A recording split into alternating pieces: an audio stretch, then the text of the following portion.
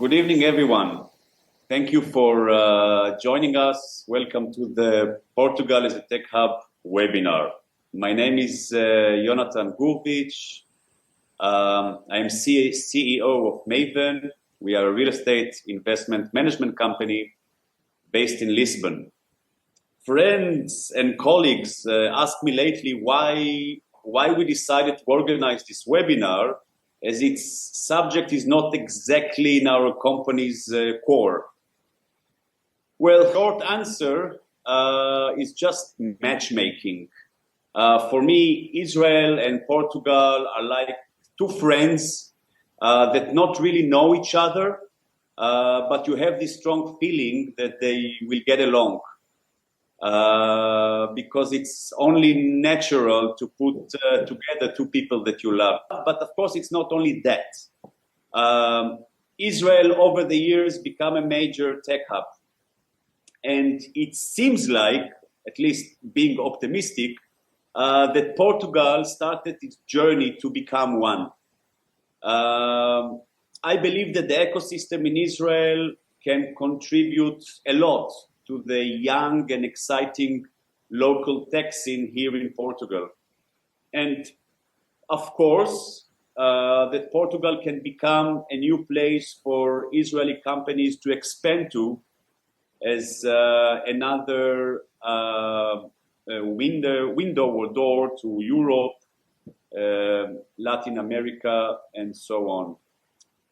So let's just dive in. I don't want to speak anymore. Our speakers today will be Noam Ingbar, Chairman of the Israel-Portugal Chamber of Commerce, Isabel Olgueira, International Manager of the Unicorn Factory in Lisbon, and Pedro Enriques, CEO of Region. The webinar will be about an hour, and after that, I hope that we can stay here for some few minutes, have some open discussion, some questions, some answers, and let's start. The floor is yours. So welcome and thank you for joining us. My name is Noam Ingber. I'm the chairman of Israel-Portugal Chamber of Commerce. Our mission is to collaborate businesses from Israel to Portugal, and especially from Portugal also to Israel, so that that will be an active relationship between the two countries in various business. I'm coming from Hugo Boss. I used to do a lot of business in Portugal many years, mainly in the area, the north area, because it's the textile area, the north area of Portugal. We have a deep experience and the tools to explore any business, any venture between the countries. We have a strong relationship with the embassy in Tel Aviv, with the embassy in Lisbon, in the government in Portugal, and mayors of top cities. So we are very good located between the business activities in Israel and Portugal. We hope that this Zoom and this event now will be successful, and we wish Mavers and the team a lot of success here, and we hope that something will come out. Thank you.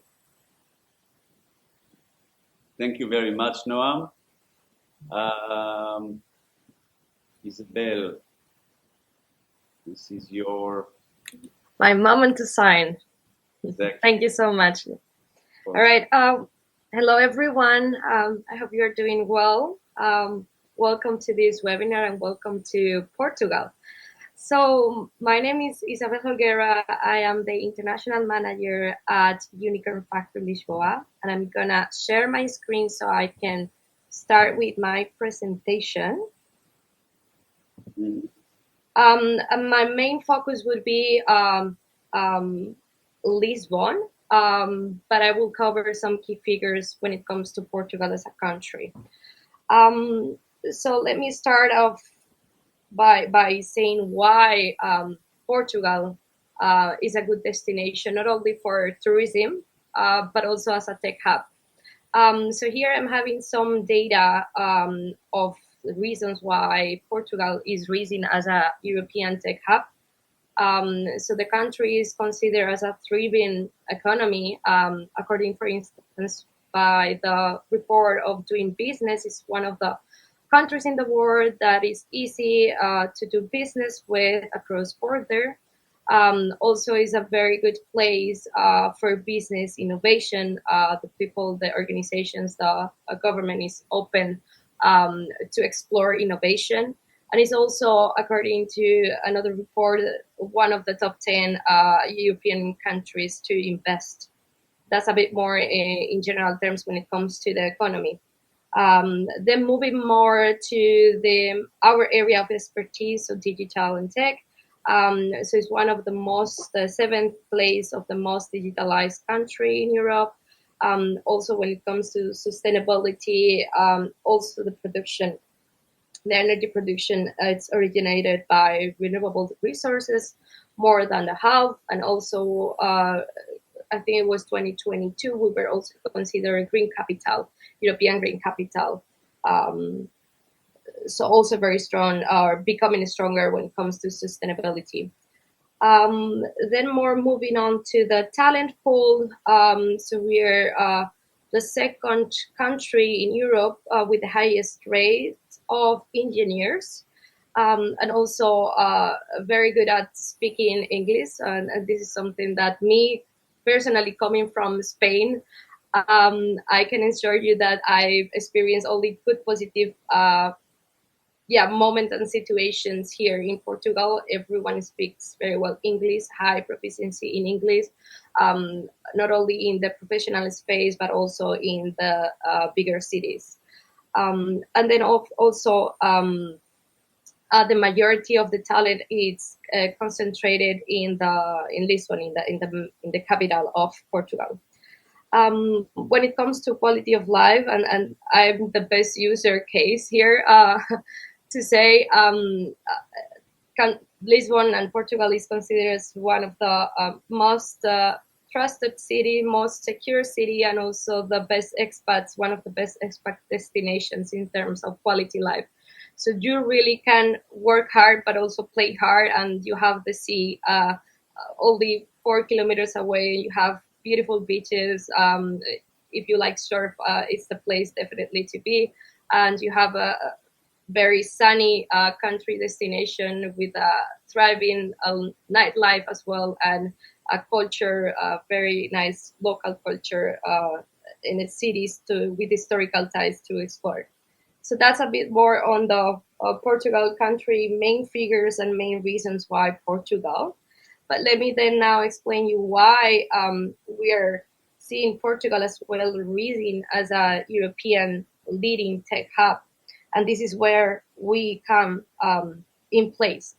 So Unicorn Factory Lisboa is the flagship initiative powered by the City Council of Lisbon, the City Council of Lisbon, with the mission of creating a world-class ecosystem coming from Lisbon, but also to span it internationally, with the vision to support founders, tech founders, to start businesses, start innovative companies, to scale them, and to become global.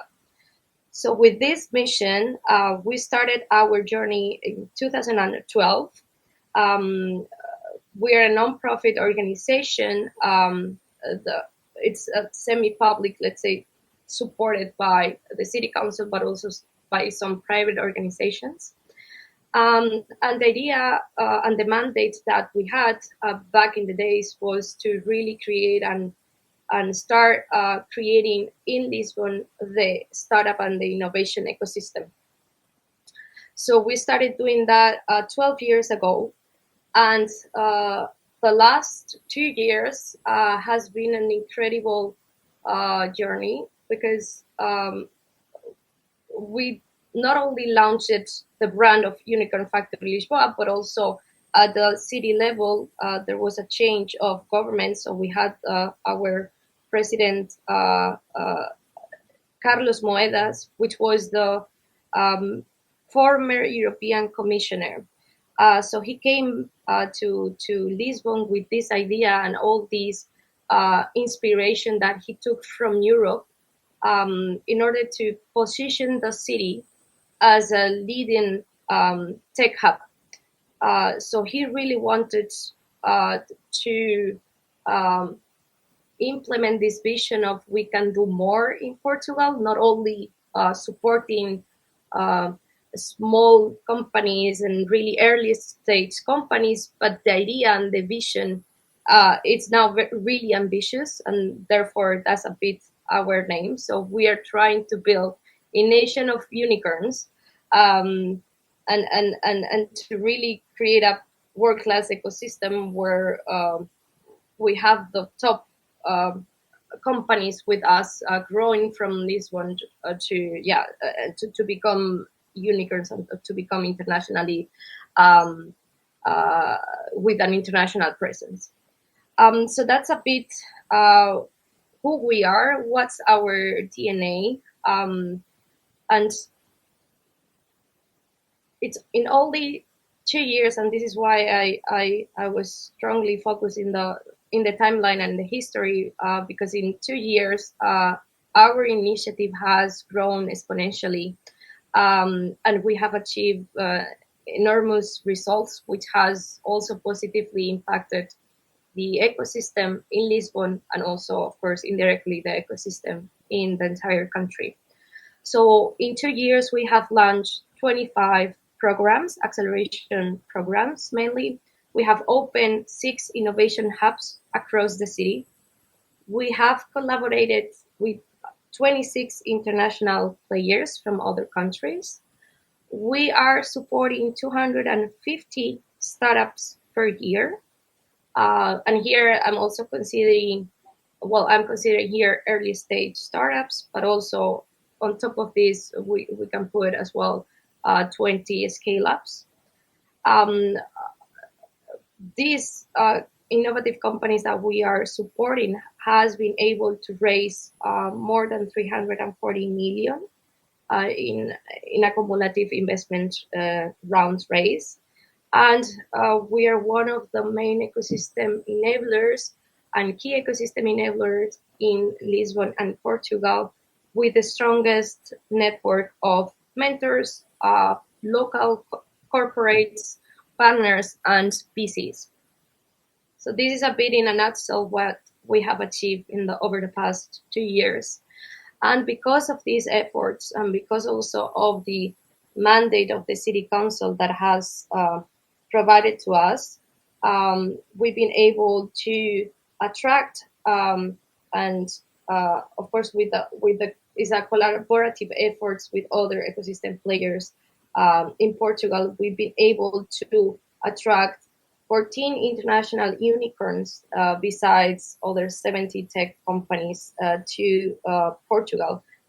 Probably you are familiar with some of these brands. Globo, for instance, is in e-commerce with headquarters in Barcelona.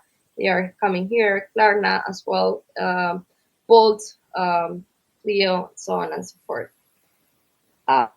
Because of these efforts, we were awarded last year as the European Capital of Innovation in 2023. So this year, during Web Summit, which is the key international conference happening here in Lisbon, there has been now in November the new capital, but for the last year we were considered the European Capital of Innovation. Now it's the award has been given to Turin, to Italy. And also we've been internationally recognized by top media like Financial Times as a top 10 European hub. So how we are operating and what is it our focus and our areas of work. So we divided our strategy in 5 main areas. So these are the areas that we are supporting here with our initiative. So we are supporting young entrepreneurship, so the new generation of entrepreneurs coming from Lisbon and from Portugal, also supporting early stage, growth stage companies, not only based in Lisbon or in Portugal, but also international startups and scale-ups can benefit from our initiatives, our acceleration initiatives. Then there is also a focus, strong focus in international, and it will have and gain way more focus next year as from 2025. And then last but not least, our strategic area of innovation district. I will explain each of the areas one by one. Also, just to be conscious of the time, because I am not seeing any clock, but if you can give me a heads up if I'm a bit late or if I have to wrap up, I would appreciate it. I just wanted to say that. All right. Yeah, well, we are in 25 minutes, so another 10 minutes, it will be perfect. 10 minutes. Okay, amazing. Perfect. I can do that. So when it comes to youth entrepreneurship, we have these 3 main initiatives. So we're really trying to target different kids, or starting from really early days, from 6 years old, with this initiative that is called My First Startup. Then moving a bit more towards teenagers from 14 to 18 years old with the Innovation Summer School. And last but not least, for our university students, we are also offering a program that is called Future Innovators. So the main idea of this area is to really tackle a problem that we have in Portugal, which is that usually young people, because of society and expectations, they want to become maybe employees or public servants without not looking really at the entrepreneurship journey as an option. So what we're trying to do with this initiative is really to change the mindset and really plant a seed into their heads so that there is this option and they can be successful, and they can have a fulfilling future if they also want to launch their own business. So that's a bit the idea of these 3 programs.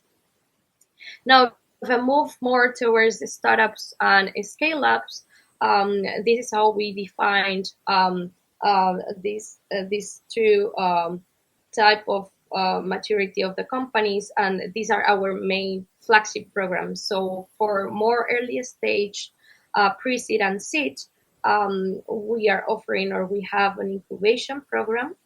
And then when the companies are growing, are entering more into a more growth stage, we're also offering this scale-up program. These are a bit the criteria of the prerequisites that we are looking at when we are talking about these 2 programs. So for early stage companies that wants to get into our incubation program, they already need to have a product market fit. They already have to have a prototype that is already working with minimum functionalities. They have to have a strong funding team and have a clear market ambition and go to market. And then for the scaling up program, so the requirements are a bit more, how can I say, more targeting on the traction and already showing some numbers. So not that much anymore in the potential, but the actual, figures or key metrics, like they have to have already funding, they have to have already a product, a team, and a growth traction. So these are a bit the value proposition of the incubation program. So what it's offered under this program is funding, support, mentoring, corporate matchmaking, perks and community, and international support. and these are a bit of the key facts. So the incubation per se, the incubation program per se, the admissions are open every year, but then there are different cohorts launched per year, so 4 cohorts per year, and these are a bit the numbers of the applications that we receive, the acceptance rates. So per cohort, usually we have 30 to 40 startups.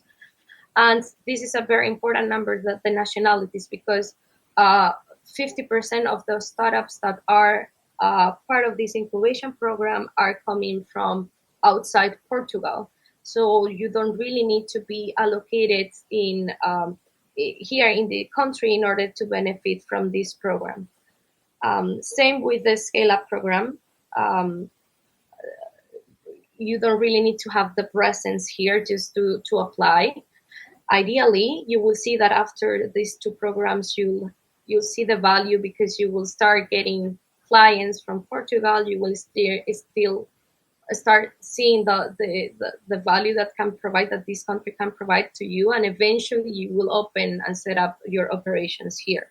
So that's a bit how we are seeing this and the strategy. But we are not forcing our companies to incorporate here in Portugal.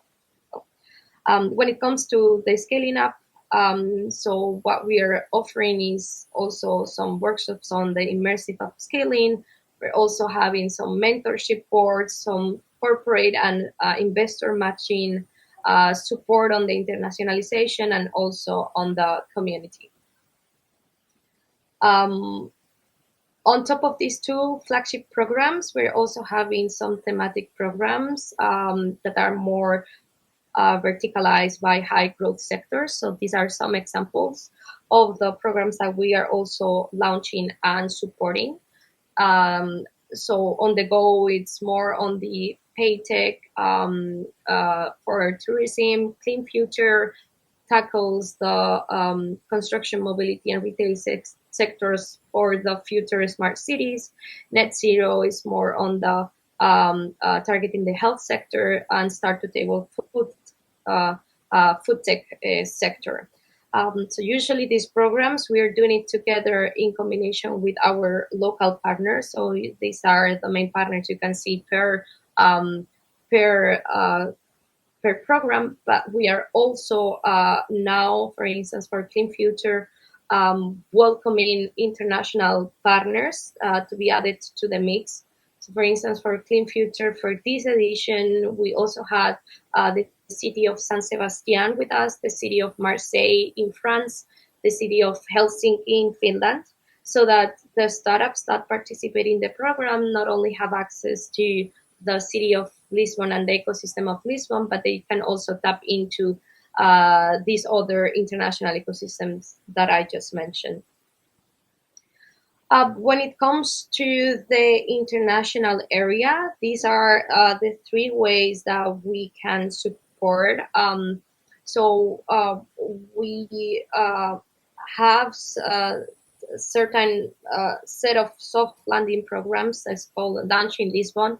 That is a 3 days, the 3 days program where we explained how you can expand the operations here in Lisbon, how to incorporate here. So we invite our partners to explain the legal, the incorporation, the accounting, the regulation matters. So the different considerations that every company has to have in order to enter into a market and establish into a market. Then we also offer as a more one-on-one support in certain cases,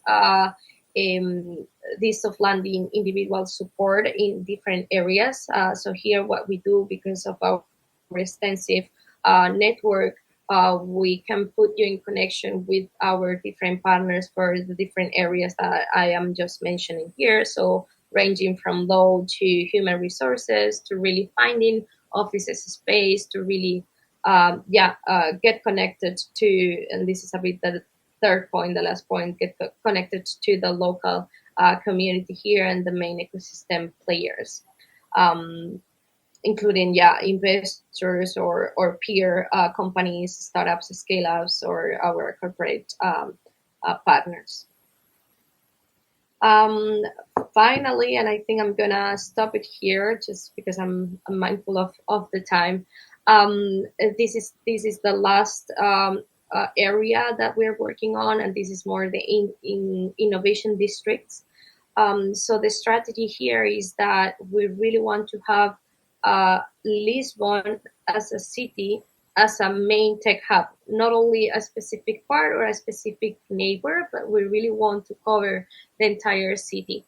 So I'm not sure if any of you have been coming to Lisbon lately for Web Summit or for any other conference. I don't know how where are you from of the map, but I'll try my best to explain all these innovation districts. So we have here in the green, let's say, zone, we have our headquarters, the Beato Innovation District, and this is our tech campus. It's near the river, and it's a huge area of 50,000 square meters. It's considered, our tech campus, so we are welcoming their tech and creative innovation companies. I have it here, yes. And it's a complex of 18 buildings, started in 2016, and still on the process of getting finished. So there are some buildings still to be rebuilt.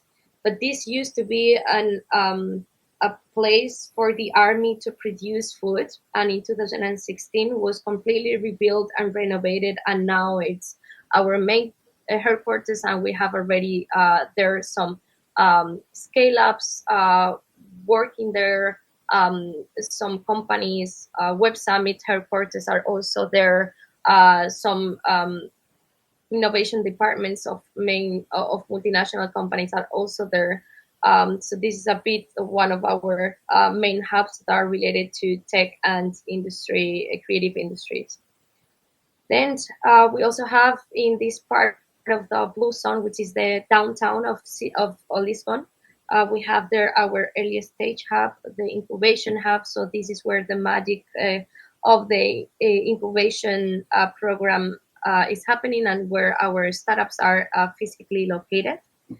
Then we have in Saldanha, which is the central north district. This is more business related, and in there we have our gaming hub, our green hub as well. And then there are also other hubs that are not directly managed by us, by Unicorn Factory Lisboa, but are also in that area.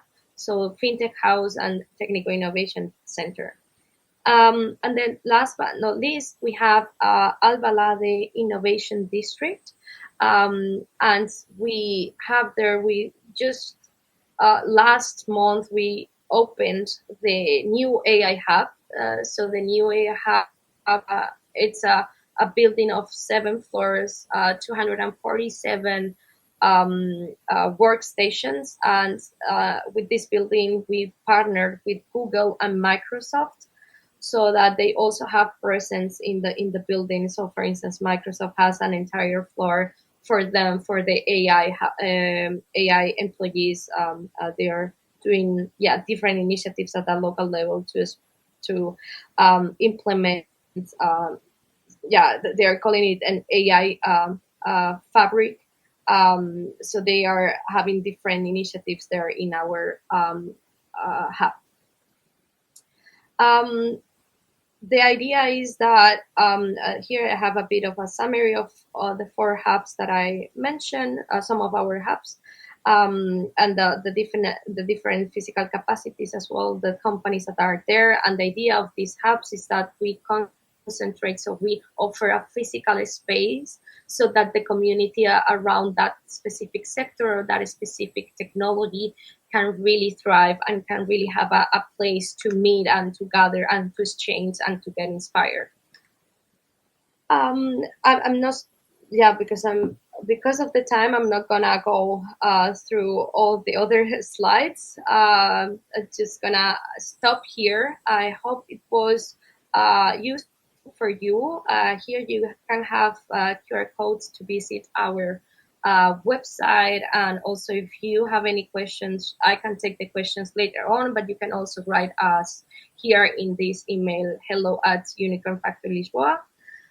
So I hope if you were a bit unsure whether Portugal was a good or a next destination for you, I was able to give you a bit of an argumentation and some initiatives that could be interesting for you. And I really hope to see you around. So that's it from my side. Back to you guys again.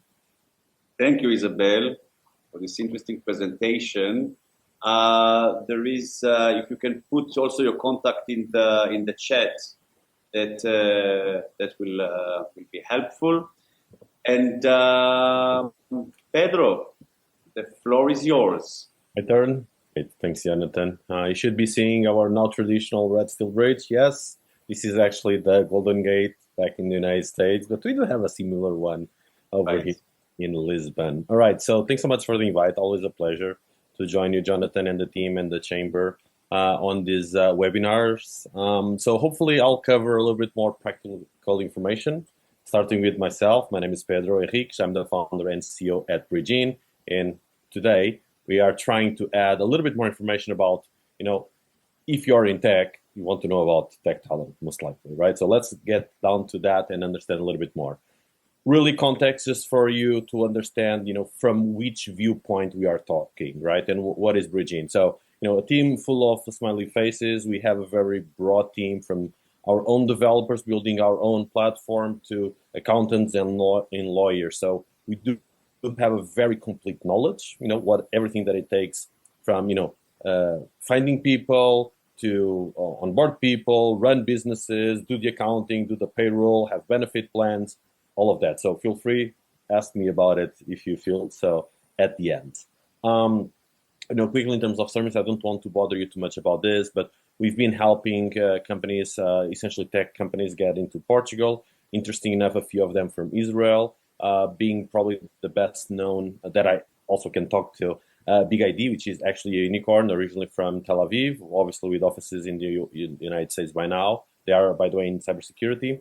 And we have helped them to get from 0 to currently, I believe currently about 20 people they have in Portugal. So not huge, but still, I think everyone can make a huge difference every time, right? And we help them from initially doing employee of record, which was while you're testing out the market and figure out if this works for you, we'll take care of the employment, and then it grew and migrate all the way to be a full-fledged subsidiary, an existing company that is owned obviously within their structure. So, anything around these topics is what we are very experienced dealing with. Now, Portugal as a business destination, right? And Isabel already covered a big part of this, so, I'll probably go a little bit quicker on this. But you need to realize that, Portugal has it's a known touristic destination, right? And that actually makes Portugal also interesting also to live. And interesting enough, on a country where particular knowledge workers tend to move around, Portugal ends up being a good destination, right? Where people like to be. It is, I think this has changed, but we are, seventh country in the world, also in terms of freedom index, democracies and all of that. Maybe we have a boring democracy, but it kind of works, So it's, you get around. One thing that I saw a slide from Isabel about, Portugal, if you look at the world, typically Portugal, it is kind of in the middle. It does have something interesting characteristics. I personally worked before founding Bridgin a lot with the United States, and we are a nice gateway into the Americans, right? Because we are the closest time zone wise, clearly. So if it doesn't work in Portugal time zone, it will not work in any other location in Europe, right? But we do have historical ties with Latin America, particularly Brazil, obviously, we share the same language, and also some former colonies in Africa, namely Angola and Mozambique. And so, you can arguably see, depending if you are coming from, the east to the west or the west to the east, Portugal is an interesting stopping point potentially for you and your businesses. high quality of living. We have always been on the rankings for very good in these metrics. And what we've seen also very recently is, I have so many stories I can share, but let me just pick two, right? One of which was a company in renewable tech from Ireland that was telling me, the CEO, hey, cost of living, housing in Ireland is super expensive. I guess arguably it is everywhere, right? But what they were saying is, my team is looking to relocate, to move out of Ireland. And if I can offer them an option to relocate to Portugal, they'll stay with the team, with the company. If I do not, I'll probably lose them as contributors, right? So we've seen this as a fact that Portugal can be a nice place to potentially offer solutions for people to move. We've also seen some of them moving. Just yesterday, I was talking with a team from Vilnius in Lithuania. Different motivations, but also people were looking to relocate. So you can get a very good quality of living in Portugal, and that has been making Portugal, and maybe Lisbon as the capital, a very interesting place to be. Okay. Now, very good English proficiency, and this typically does separate us from other countries in Southern Europe, which are also very nice places to live, usually, but they, sometimes lack a little bit the English proficiency that we do have in Portugal. You already mentioned this, time zone-wise, it's quite interesting. And, just a quote, but it's good to throw examples. Cloudflare a while back. Recording stopped. Oh, we stopped the recording. But we had the Cloudflare company coming to Portugal. The CTO relocated here, and they have an important hub. So other companies did this. They were probably one of the earliest. We have seen, in the last 5 years, tremendous movement of people into this country.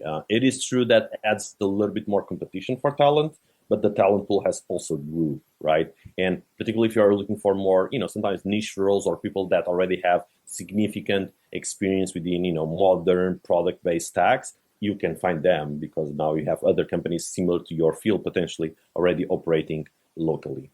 I do want to just spend a little bit more time on that one. And this is something that I've watch very closely. So my own training, my own background is in computer science. So I've been a software engineer, then architect, then, got into a little bit of managerial. So when people sometimes ask me about, okay, but is there tech talent? What sort of, recording in progress.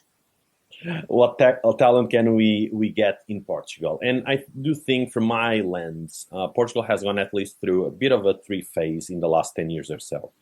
There is something that is, I would say, pre-Web Summit, and Web Summit is maybe not the causer of all of this, but I think it kind of marks a period in time, right? Up until that, I think, most jobs in tech in Portugal were for very corporate traditional companies, big banks, big telcos, most of them using .NET, Java, more, typical programming languages and platforms. And most of the, the staff were working through consulting companies, outsourcing in IT consulting companies, big delivery centers and all of that. I think with Web Summit and, companies like Cloudflare, as I just mentioned, and then a ton of others like Salsify and so on, start to discover Portugal from a tech destination, a place where they could come and hire a talent. And the first movers had the first mover advantage, right? So they could hire talent fairly inexpensive. And so we got all that time, all the way pretty much to the pandemic and the COVID-19, where it was an amazing opportunity to scale up, to come in, build a product team, get good engineers that, were doing maintenance of old systems, banking systems, whatever, in more, arguably more boring corporate environment, and get to, more exciting scale up and product-based companies, right? And so this was absolutely massive opportunity for those first mover companies. We also see some, shift in the technical stack. Typically, these companies use more like JavaScript, Ruby on Rails, and Python. And then, the pandemic came. Suddenly, we saw a huge influx in people into the market, and it was like, why am I locked in a flat in London when I can be in sunny Portugal, right? I have heard that so many times. So that made more people come, but it also did the opposite, which is people in Portugal realize, where am I working to a local company when I can be working for a company in a country where, maybe salaries are higher, like the United States, like Norway, London, Switzerland, whatever it may be. And so it opened up the world of remote work, and really that completely opened up the country and its talent to the world. And we start to see more specialization on more, modern and latest stuff like AI, everything about blockchain, DevOps, SRE, and other things that, maybe 10 years ago weren't as much available. So if you zoom into today, pretty much any technology that you see on the world stage, you'll find people in Portugal, okay? You'll also, you probably will need to fight a little bit more than if you moved 10 years ago, but, as long as you understand the market, you can be very successful, and that's what we have worked with a lot of companies in being. And that gets us to sourcing and attracting talent, right? So basic stuff here, but it is very important to also understand who is potentially hiring for the same talent that you might be if you do decide to want to have a tech team in Portugal. Second, I would say you need to have local expertise, right? In tech, very unlikely that you'll have great software engineers to apply to your job openings, right? You really need to have a really strong brand equity. Most likely you need to do outbound efforts. What we also realize is if you're doing that, from Tel Aviv or whatever it may be, maybe you're lacking a little bit of the local culture, right? So I think there is a great benefit in having a local partner that can help, bridge the way the country works. And sometimes it's small things, even when you are evaluating a candidate's application or their CV, whatever it may be. Do you know what is the best technical school in Portugal? I know, maybe most of you in the audience here don't, right? Do you know how good are the engineering practices or company A, company B? You probably don't, right? And myself, I also know, right? So having that local, us or someone else, but having a local partner, I do think that helps a lot to, make sure that you have the highest signal in terms of talent quality. Create obviously great candidate experience, keep the candidate engagement. And it's not necessarily about being fast, it's about being communicative, right? Sometimes decisions take time, and that's totally fine, right? But don't shadow people. Nobody likes that, right? And lastly, and that's where we get into, be competitive. Have a good notion of salary benchmarks. You can't expect above quality with average salaries. And I can tell you, pretty much all the companies we work from Israel really want quality, right? So you need to be prepared to understand that, you can't pay bottom price. But at the same point, we should not get into a bidding war. And this is something that I also mention a lot. The pandemic made, as I said, people can work from Portugal to anywhere in the world. So that pushed salaries up, right? Even if the cost of living has been going up, it has not followed the increase in tech salaries. Okay, maybe in other industries, cost of living rose higher than salaries. But in tech, the last 4 years, salaries rose higher than cost of living. What that means is, a senior developer in Portugal lives comfortable with a, middle range salary. So he will not leave your company, most likely, because of getting a little bit more salary, right? He will probably leave because he doesn't like the project, doesn't see progression in career, whatever. So what that means is, even if sometimes you're not saving as much money as you might still be able to do in some Eastern European countries, although we are very neck and neck with Poland. But what you do have here is a lot of talent retention, which is also very important. But let's see numbers, right? So this table that you see here is a salary benchmark, essentially, right? And you can see the columns with the seniority, and you can see the delta, and also in red, the delta in the last 3 years. So you can see that pretty much across all the board, there has been a significant increase in salaries, right? Let's just take one, for example, here, a backend developer, let's say, right? So a 5 to 10 year experienced backend developer 3 years ago was asking from 50 to 75. 4 years ago was asking 10K less than this, and now is asking up to 75K in salary. I would argue that in 2024, this actually corrected a little bit.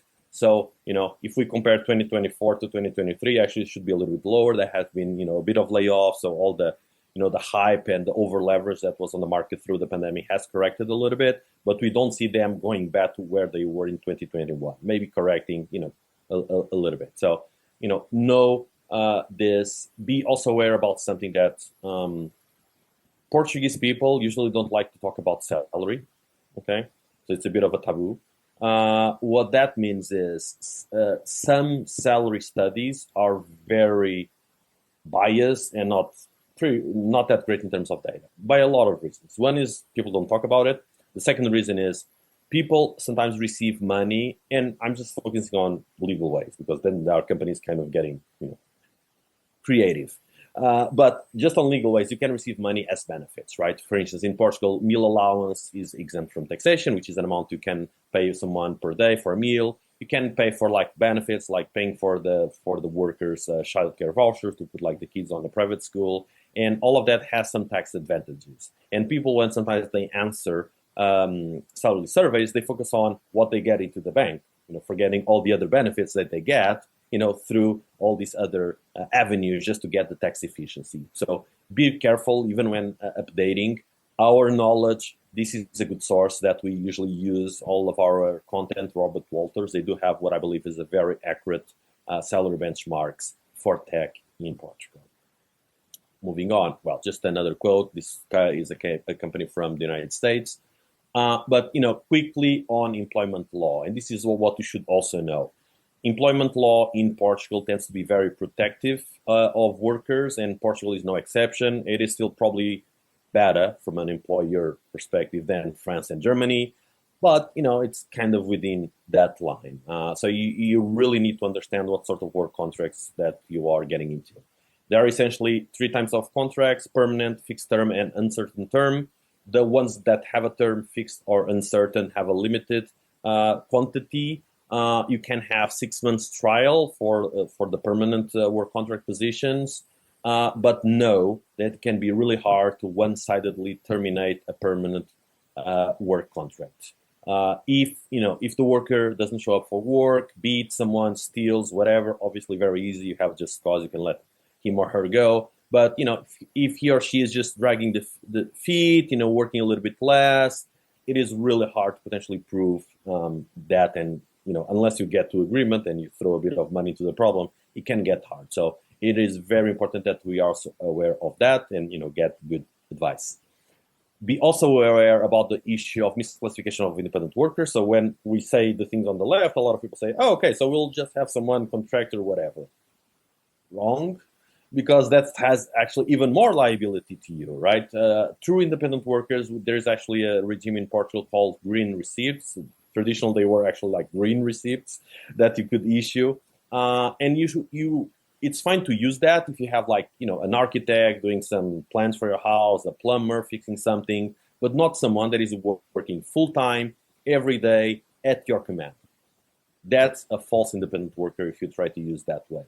Another way is to potentially have, but he has a company, so it's a B2B transaction. He raises me an invoice. It is better. I will not tell you it isn't, but there is still a problem of fiscal transparency regime. What I'd like to say, everyone, is, gentlemen, ladies, if you have a setup that you pay less tax, it might not be compliant, right? It might be tax planning or, worst case, tax evasion. So be careful about magic solutions where little tax is being paid, okay? Now, I already mentioned a little bit about the case with Big ID, but I just want to offer you an alternative if you do want to come to Portugal, what potentially we can help, or us or someone else, right? This is the path that we have done multiple times, which is a lot of times when companies think about opening a hub in a new country, they think, okay, but I want to make sure that hub has the culture of my, home, right? So I want to, bring in the way of thinking, the way of working. So sometimes the initial step is to relocate someone, okay? Sometimes the motivation is to relocate the team because there's a motivation within the team. Then a lot of times you also want to hire local people, right? And while you're doing this, and we have lived in the last few years through some very turbulent times, are you fully committed to incorporate a subsidiary? It will take a few months. The paperwork can be a nightmare. Or do you want, potentially, you need to employ someone, let's say January, right? How would you do if you have someone relocating in January and you need to employ them in Portugal? You can use this employer of record or co-employment setup that we do. Other companies do it as well. Where we specialize is on helping you stabilizing, get to critical mass that justifies eventually to incorporate a subsidiary, and it's your local entity that you have obviously not only full control, but is also more cost effective at scale, right? Let's face it, the employee of record solution only makes sense for small teams. When you get from 5 to 8 people and more, it starts to break down and not making sense financially. There is also permanent establishment risk. You shouldn't have, arguably, if you have more than 2-3 people in a country, you should have an entity there. Particularly if any of them are making sales, you can have a big problem with the tax authorities because, tax authorities in each country wants you to pay tax in that country, right? That's what they exist. So be careful about this. We have helped companies, again, to get started, but within a certain size, you probably want to have a local subsidiary. So let's talk about subsidiaries, right? So what to expect? If you read, and I don't know, Isabel, if you mentioned this, but if you hear the news, and it is true, you can incorporate the company in Portugal within like 1-2 days. But that it's if you're Portuguese in Portugal with a citizen card, right? If you're not in Portugal and you don't have a citizen card, probably you won't be able to, right? Most likely what happens is, you want to create a local entity that is fully owned by your holding company elsewhere. So first thing is get the foreign company to be recognized by the local government. It's 1 to 2 weeks, easy, right?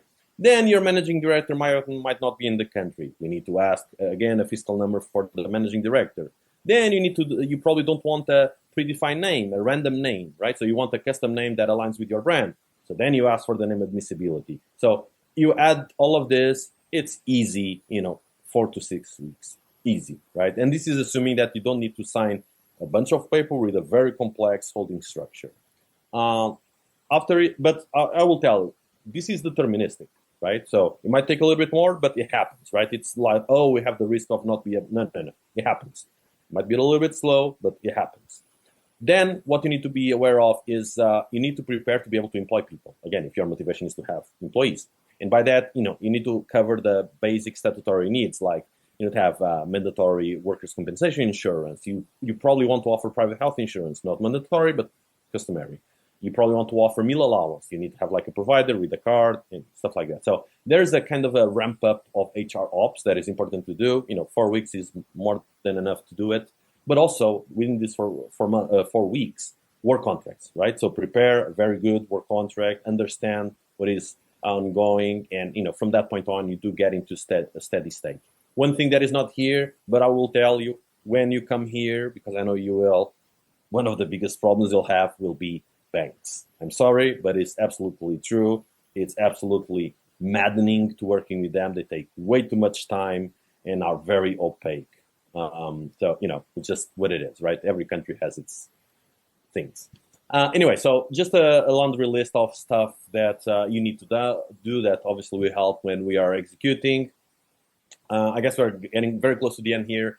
Just to say that, Portugal is a very stable country. It is a very good location for both, between the different countries, but also for people like being here. Good talent. I haven't mentioned a lot about this, but we do have very good engineering schools. I think STEM as a whole, and a big part why we have, interesting enough, is we don't have a lot of industry outside tech.